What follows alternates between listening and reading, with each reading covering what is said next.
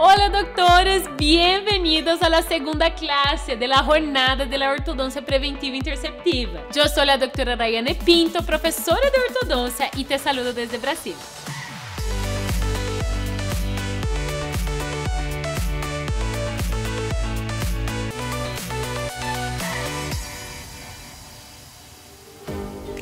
Durante estas clases, le voy a enseñar el paso a paso, práctico y científico de cómo realizar en 2 citas el diagnóstico y planificación de cualquier caso de ortodoncia preventiva interceptiva.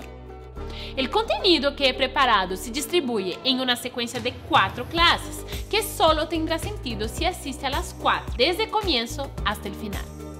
Digo eso porque el contenido de una clase se complementa con el contenido de la próxima clase. Entonces, doctor, si aún no ha asistido la clase número 1, confíe en lo que estoy diciendo. Pause este vídeo, regrese a la primera clase y mírelo desde el principio al fin. Solo después vuelva aquí conmigo, ¿ok? ¿Quién estuvo conmigo en la primera clase? Vio que yo expliqué sobre el ciclo de la ortodoncia y también aprendió sobre el método de diagnóstico FOCA. Yo entregué un guía de anamnesis para cada doctor aplicar con sus pacientes. Este guía de anamnesis está disponible desde la última clase para descargar en el canal de Telegram de la jornada de la ortodoncia preventiva interceptiva. Si usted, doctor, aún no tiene este documento, cuando finalice esta clase, vayas hasta el grupo de Telegram y puedes recibir. Este es un regalo mío para ti. Además, antes de continuar, yo quiero agradecer por cada comentario que ustedes están dejando. Yo ya digo que estoy inmensamente feliz de saber que tenemos tanta gente de diferentes países reunidos aquí con el mismo propósito. Y hoy, doctores, para continuar con la secuencia de clases, le mostraré cómo funcionan los siguientes pasos para el diagnóstico FOCA, para que usted pueda planificar cualquier caso de ortodoncia preventiva interceptiva de manera segura y efectiva.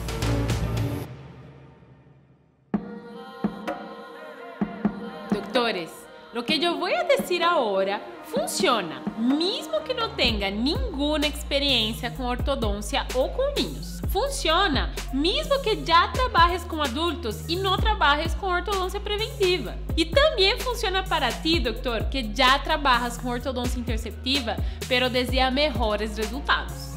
É muito popular escuchar alguns falsos conceitos, como que é necessário buscar um ortodoncista solo depois de los cambios dentales, que o tratamento é mais largo se o niño é tratado em uma idade muito temprana, ou também a afirmação de que não hace muita diferença tratar agora ou mais tarde. Doutores, todo isso são crenças limitantes. Primero, el niño puede acudir a la consulta con el ortodoncista antes del intercambio dental, porque los procedimientos de ortodoncia están indicados a partir de los 5 años de edad. Segundo, lo que determina el tiempo de tratamiento es la complejidad. Incluso en la gran mayoría de las maloclusiones, cuando el paciente pasa por una fase que es la interceptiva, la fase correctiva con los brackets es mucho más simple, más corta y más conservadora. Doctor, ¿se da cuenta de cómo debemos comenzar el cambio por nuestros pensamientos? Es necesario crear una mentalidad diferente, una nueva visión de la ortodoncia. Ahora recuerdas del ciclo de la ortodoncia que yo enseñé en la última clase, donde un elemento impulsiona el otro. El primer elemento era el conocimiento, el segundo, resultados concretos, el tercero, autoridad y por último, ganancias. Ya que sabemos que el conocimiento es lo más importante, vamos a profundizar un poco más en el paso a paso del racionamiento FOCA, que foi apresentado no primeiro vídeo. F de análise facial, O, análise oclusal, cefalometria e anamnesis. Como no primeiro vídeo eu já mencionei a parte da anamnesis, passaremos para o análise facial, oclusal e cefalométrico. Basicamente, a partir de agora, a tarefa é a seguinte: dividirá a informação em 2 colunas, a normal e a anormal. ¿Por qué? En la planificación del tratamiento, Ustedes intentan mantener lo que es normal y ustedes deben tratar lo que no es normal, lo que es anormal. Entonces vamos a utilizar esta tabla de normalidad para todos los otros aspectos del FOCA, que sería análisis facial, análisis oclusal y cefalometría. Bueno, doctores, entonces vamos a comenzar con el F, ¿no es mismo? De la análisis facial. Em relação à análise facial, eu vou passar para vocês 3 aspectos que eu considero como essenciais para ser uma boa análise facial. Seriam terços faciales, simetria e sellados de lábios. Então, em relação a los terços faciales, traçamos uma linha em la posição de las cejas, em la parte subnasal e em la parte mais inferior del mentón. Quando nós vemos proporção de esos tercios, vamos colocar em la coluna de normal. E quando vemos que algum de uno de esos tercios está disminuído ou aumentado, colocamos em la coluna de la normal. En este caso de esta paciente, eu puse a normal porque o terço inferior está disminuído. Agora, em relação à simetria. Em la simetria, vemos las hemipartes del lado derecho e esquerdo. Si están similares, la simetría está normal. Y en relación al sellado de labios, vemos aquí que el sellado de labios está normal, ponemos normal. Esos serían los tres aspectos de la análisis frontal, de la foto frontal. Yo les doy más 3 aspectos de la evaluación lateral. ¿Cuáles serían esos 3? Tercios faciales, línea de implantación de la nariz y línea mentón-cuello. En relación a los tercios faciales, las mismas líneas de la evaluación frontal y aquí en este caso yo puse como anormal porque el tercio inferior sigue disminuido. En relación a la línea de implantación de la nariz, es una línea que sale del punto de inserción de los ojos hasta el encuentro de la nariz. Ella va a demostrar si la maxila está proeminente o no. En este caso, la línea de implantación de la nariz está normal. E a última referência é a linha mentón-cuello, que vai evidenciar se esta mandíbula está protruída ou não. Aqui, esta linha de implantação do cuello está normal. Eu puse uma linha mais de referência para vocês evaluarem a relação de maxila e mandíbula, para vocês verem como a convexidade facial de esta paciente está normal. A la próxima fotografia, que seria a fotografia de la sonrisa, eu vou colocar aqui para vocês 3 outros aspectos, que seriam a quantidade de exposição de las encías, o corredor bucal e a linha de la sonrisa. Em relação à quantidade de exposição de las encías, eu puse como anormal porque eu vejo que ela apresenta uma mordida aberta e casi não expõe a encía del arco superior. O correto é apresentar por lo menos 1 milímetro. Então está em la coluna del anormal. Em relação ao corredor bucal, anormal também, porque eu vejo uma atresia do sector superior. Então, eu puse como anormal. E em relação à linha de la sonrisa, também anormal, porque casi não se vê os incisivos superiores. Miren como é fácil? Lo mismo vamos a aplicar ahora que ustedes ya aprendieron para el caso número 2. Esta paciente presenta relación anormal de los tercios faciales porque el inferior está aumentado. La simetría está normal y el sellado de labios está anormal porque ya no presenta. En relación al aspecto facial lateral del caso 2, tercios faciales periodicados, o sea, anormal. Línea de implantación de la nariz, también anormal porque yo veo que esa maxila está proeminente. Y la línea mentón-cuello también normal porque yo veo que está pequeña por la retrusión mandibular de la paciente. Ahora vamos para los aspectos oclusales. ¿Recuerdan del FOCA? El FOCA sería análisis facial, después análisis oclusal y después análisis cefalométrico. Entonces ya vimos los aspectos del F, de la análisis facial, del caso número 1 y caso número 2. Ahora vamos para el aspecto oclusal. ¿Qué vamos a ver en el aspecto oclusal? Yo le doy 3 variables para prestarem atención. La primera sería el aspecto transversal, después el aspecto vertical y después el aspecto anteroposterior. Vamos visualizar primero en el caso número 1. Caso número 1, el transversal está prejudicado, o sea, anormal. Entonces, ¿cómo yo visualizo, Ryan, el transversal? Mire las cúspides vestibulares de los dientes posteriores. Si ellos están para afuera, el transversal está ok, está correcto, está normal. Pero aquí ustedes pueden ver que las cúspides vestibulares de los dientes posteriores no están totalmente adelante. O sea, está anormal. En el vertical, ustedes pueden verificar que el vertical también está normal porque presenta una mordida abierta.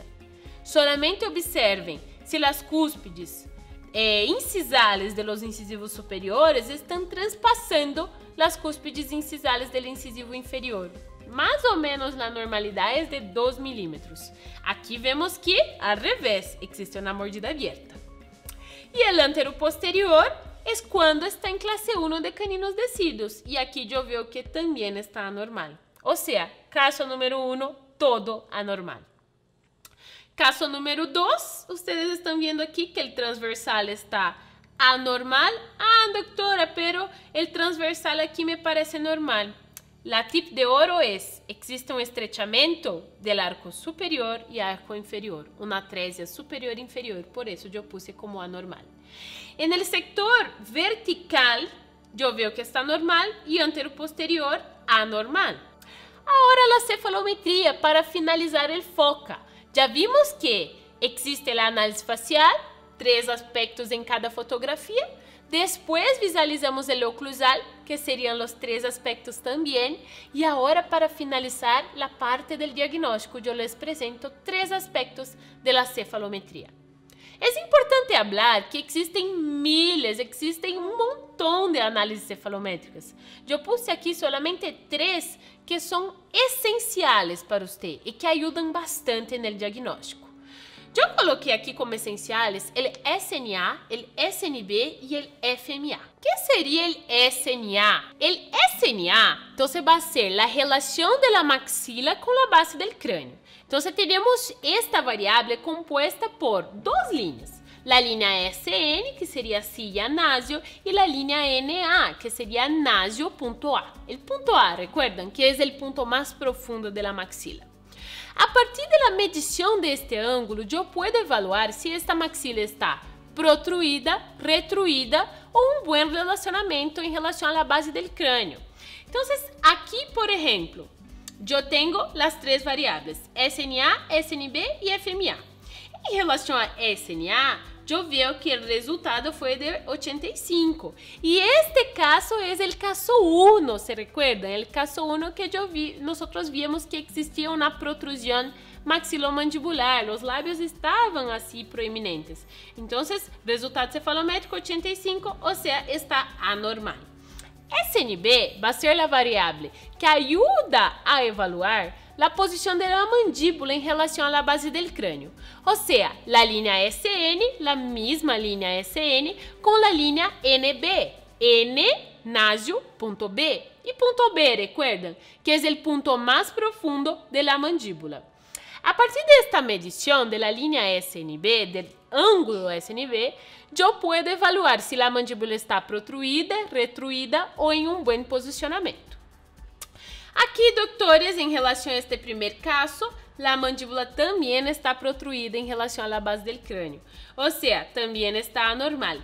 Y el FMA, yo explico para ustedes también, es el plano de Frankfurt, o sea, la línea que pasa por los puntos orbitario y pório con la línea del plano mandibular, o sea, gônio, que está bien aquí abajo en el ángulo de la mandíbula, con el punto mentoniano. A partir de ahí, doctores, nosotros visualizamos si la tendencia de crecimiento de esta paciente está normal, si está muy vertical o está muy horizontal. En este caso también está anormal porque la paciente es hipodivergente, o sea, tiene un crecimiento horizontal.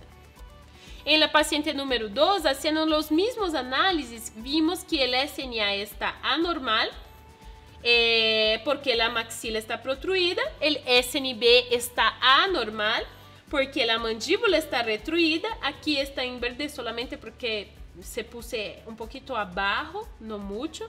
Y aquí vemos que el FMA también está anormal, porque la paciente es hiperdivergente, o sea, presenta una tendencia de crecimiento vertical.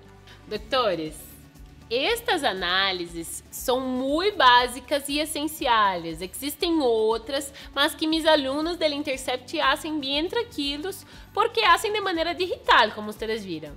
Hoy hay disponibles softwares que son una bendición. No puedo imaginarme más sin estos análisis digitales. Hacer análisis cefalométrico com pluma e papel es cosa del pasado. Agora, eu deixarei uma tarefa para vocês de um terceiro caso clínico, para lo que apliquem lo que aprenderam nesta classe e lo corrigiremos no seguinte vídeo. Como vocês hariam o diagnóstico del caso 3? Como se veria a tabla de normalidade para os aspectos del FOCA? Então, como estariam os aspectos faciais, oclusales e cefalométricos? Eu estou disponibilizando o caso clínico com este passo a passo de las tablas de normalidade aí em meu canal de Telegram de la Jornada de la Ortodoncia Preventiva. Pero van agora bajar este documento, porque depois de la Jornada de la Ortodoncia Preventiva, este canal deixará de existir.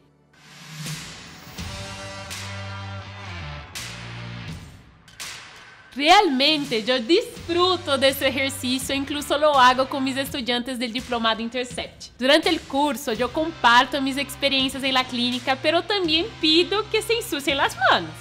Y es genial, porque yo puedo ver que ellos realmente están aprendiendo. Ya sea combinando el uso de conocimiento, diagnóstico, sino también aplicando conceptos de tratamiento, conceptos que aprenden durante el curso, módulo por módulo.